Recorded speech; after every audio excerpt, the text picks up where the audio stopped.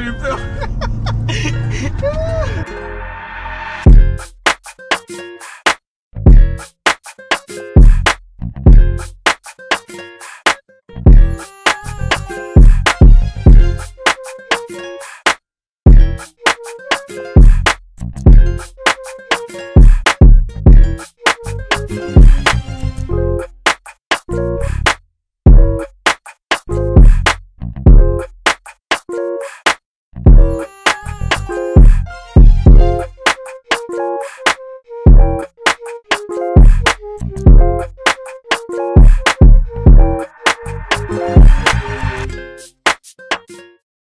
Salut l'équipe, comment on se retrouve? Aujourd'hui on aborde un petit classe A.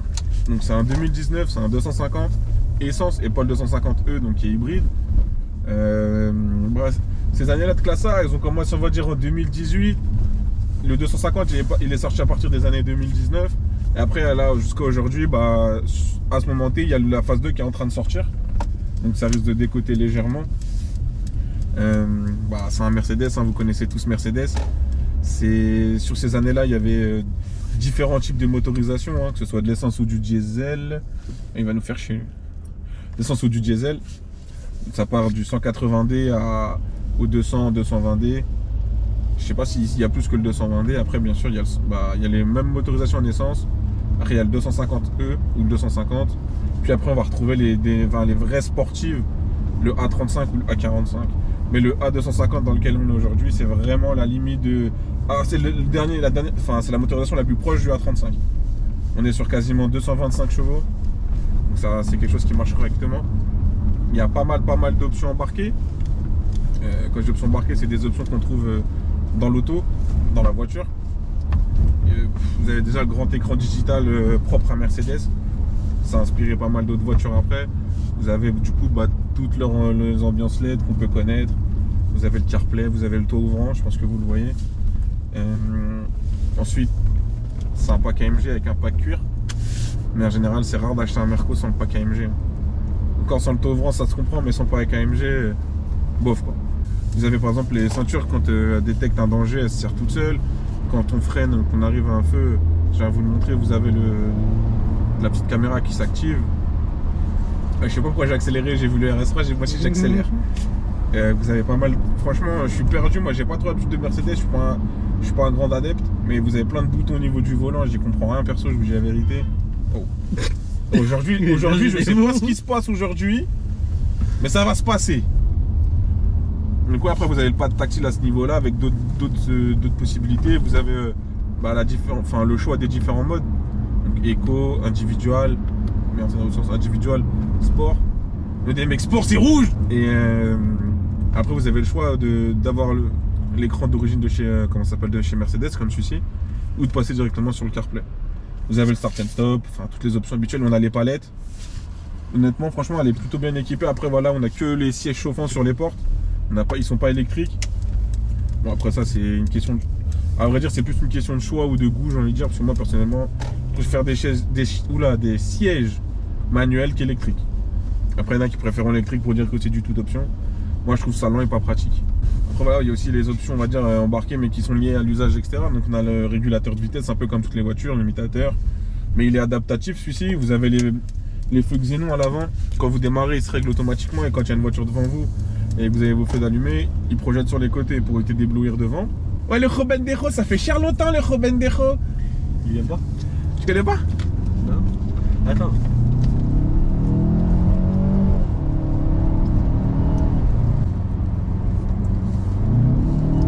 Bon, franchement, sans action. Il n'y a rien à dire. Ouais. Par contre, ça avance pas une miette, hein, je trouve en fait. Comment ça?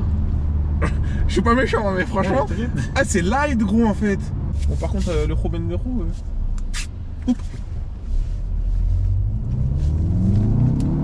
C'est trop marrant, frère. Putain de merde. Comment ça frénésie ma gueule? C'est des ouf, les gens. Ah, tu vois, lui il a compris. T'as vu, t'as vu ça, on l'a présenté il y a quelques temps, ma gueule. C'est le cab, hein. Mais t'as vu, il a compris. Eh, vas-y. Ah ouais, franchement, elles sont Non, belles. La vie de ma mère, elles sont belles. Ah ouais, elles sont belles, j'ai rien à dire, mais tu. Après, c'est. Ça n'a rien à voir. C'est deux... Toi, t'es dans le délire ancien, tu vois pas. Moi, j'aime bien les vieilles caisses. Ouais. Mais j'aime bien les nouvelles, Après, genre. tu vois, tu me donnes un M3 G80. Le 46 ou là ouais. Non, G80. Ah, ou, même ça, un M3 comme ça, tu prends pas? Non. Tu sais combien ça vaut, gros? Je sais pas, mais je prends pas. Un M3 comme ça de moins 100 000 km, tu sais combien ça vaut? Combien? Avec un volant à gauche? Ouais. Dis un prix. Je sais pas, 30. T'es fou, quoi. Ça vaut au moins 60 000 euros. Sérieux? Ah gros, les gars, on va parler un petit peu de l'usage de la voiture au quotidien, etc. Moi, je vais donner mon avis. Ça va être critique et objectif. À rouler, c'est une super caisse. Franchement, on prend du plaisir et tout. On peut s'amuser. Il y a quand même plus de 220 chevaux. Il y a des palettes, c'est un moteur essence. Il y a moyen de mettre une demi-litre pour faire un peu plus de bruit ou un stage, vu que c'est un 2 litres comme le A35, etc. Mais pour rouler au quotidien, vraiment pas. Genre, ça consomme. Genre, ça consomme, je trouve que ça consomme de ouf. Je sais pas la moyenne, mais on doit être bien autour des 12-13 litres en moyenne. C'est un essence, l'essence aujourd'hui ça coûte cher. Et les dos d'âne, elle est super basse, les frères. Regardez, je suis obligé de dépasser. Pourtant, il est doux celui-là, hein. Mais je le prends à l'arrêt quasiment, à 10-12. Parce que ça frotte partout. Ça frotte de ouf et c'est fragile au niveau du plastique devant. Je vais pas te dire pourquoi, mais voilà. Et ouais. Après, sinon, ouais, c'est une bonne caisse. Je pense que c'est une bonne voiture pour se faire plaisir quand on a une voiture de fonction la semaine et que on veut se faire un kiff pour aller chercher le pain ou aller au sport ou le week-end. C'est une bonne voiture. Après, au niveau de comment ça s'appelle, des différents problèmes qu'on peut avoir, etc. C'est super récent, la voiture, elle a moins de 5 ans. On n'a pas assez de recul encore sur la voiture en elle-même, etc. Bien, en elle-même, etc. On ne peut pas vraiment savoir s'il y a des maladies ou des problèmes récurrents. La seule chose que je peux vous conseiller, c'est d'éviter les moteurs en dessous des 200. Dans le sens où c'est des moteurs Renault et je crache pas sur Renault, hein, mais la fiabilité de Renault, elle est à revoir sur certains moteurs, surtout quand ils sont récents. On prend notamment le 1 litre de TCE ou le 1500 DCI qu'ils ont mis du temps à fiabiliser. Voilà. Par contre, après, celle-ci, pour le coup, il n'y a jamais eu de problème. Enfin voilà, s'il y a eu des problèmes, c'est sur les nids de poules parce que ça crève vite. Les pneus, ils ont des tout petits flancs et en plus de ça, c'est des grandes jantes, c'est du 19. C'est-à-dire, moindre truc, c'est raide, c'est ras du sol, donc tout de suite ça crève. Donc voilà. Après, en termes d'entretien, c'est pas donné. Après, en fait, c'est comme toutes les voitures, une révision, ça reste une révision, ça va pas coûter plus cher sur une Mégane que sur ça. Ça reste un 2 litres, ça reste des moteurs courants, c'est pas des gros moteurs, c'est pas des 4 litres 2, il faut mettre 20 litres d'huile. Non, là, ça reste correct. Le prix d'une révision, c'est correct, c'est le prix des réparations qui, je pense, qui serait élevé si vous allez en concession Mercedes. Ou bien, en soi, les pièces de Mercedes sont quand même plus chères. Là, la chance qu'on a, c'est qu'il y a quand même pas mal de pièces, même sur ces modèles-là, communs à Renault. Non, franchement, c'est une voiture aboutie, j'ai envie de dire, elle est très belle. Les gens se retournent. En plus, elle a une couleur. En fait, on dirait à la limite à 35 ou à 45. C'est vraiment quand. On achète, ceux qui vont acheter le A250, de manière générale, ceux qui ne peuvent pas assurer de A35 ou de A45 parce qu'ils sont jeunes permis. Et encore, hein, le coût de l'assurance là-dessus, on n'est pas loin des 200 balles par mois pour du tourisme chez Direct Assurance avec les 50 permis et d'ancienneté. Hein. Putain, encore des dollars. Donc voilà. C'est une voiture qui va vous coûter cher, quoi qu'il se passe. C'est une voiture qui va y avoir du plaisir, mais je sais pas. Maintenant, on va parler un petit peu plus argent, on va rentrer un peu plus dans le vif du sujet. Combien ça coûte une A250 2019? Pas KMG. Ça vaut son pesant d'or. Hein. Ça vaut pas loin de 30, ça vaut aux alentours selon le kilométrage. Là, on a plus ou moins 65 000. Ça vaut 35 000 euros. Ouais, ça vaut 35 000 euros. Donc là, on va avoir une voiture qui vaut plus de 30 000 euros. Donc voilà, faut peser le pour et le contre. Personnellement, je mettrais pas 35 000 euros dedans. Après, si vous kiffez les classes A, les Mercedes, je comprends. Mais 35 000 euros, je préfère acheter un beau petit S3 avec déjà les 320 chevaux. Mais c'est toujours pareil, c'est une question d'assurance. Donc pour 35 000 euros, qu'est-ce qu'on peut s'acheter pour se faire plaisir? Et voilà, et en même temps rester assuré. On achète du BM, gros. On achète un 335 il y a 300 chevaux. Enfin voilà, mais c'est pas, il y a 300 chevaux. Je sais pas. En vrai, je sais pas, mais je pense pas que j'irai mettre 35 000 euros dans un classe A. C'est pas méchant, hein. Ça fait en vrai, ça fait beaucoup 35 000 euros. En fait, c'est que ça fait beaucoup d'argent. Je ne dis pas qu'elle les mérite pas, mais juste que ça fait beaucoup d'argent.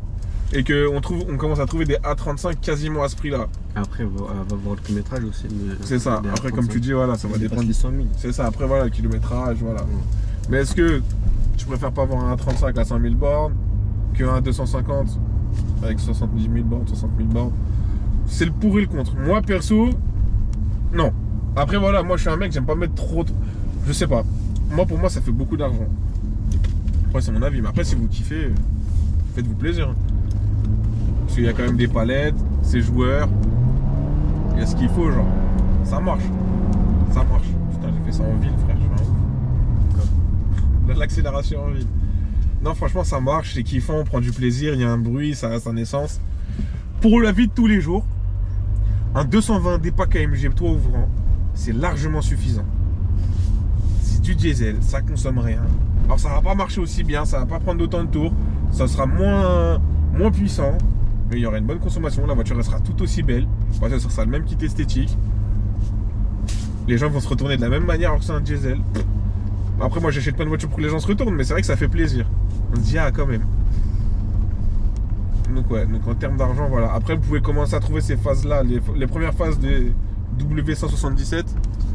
Ouais, je te regarde parce que je voulais être sûr des noms. On peut trouver les premières phases des W177 à partir de 20 000 euros, mais c'est des A180 Business Line, c'est vraiment les entrées de gamme, ce que je déconseille. Après, elles sont pas trop bornées parce que c'est super récent. Donc voilà. Mais en tout cas, pour 20 000 euros, vous trouverez aucune classe A qui, je dirais, intéressante ou d'affaires. Ces modèles-là, hein, ces phases-là. Après, il y a les anciennes phases où voilà.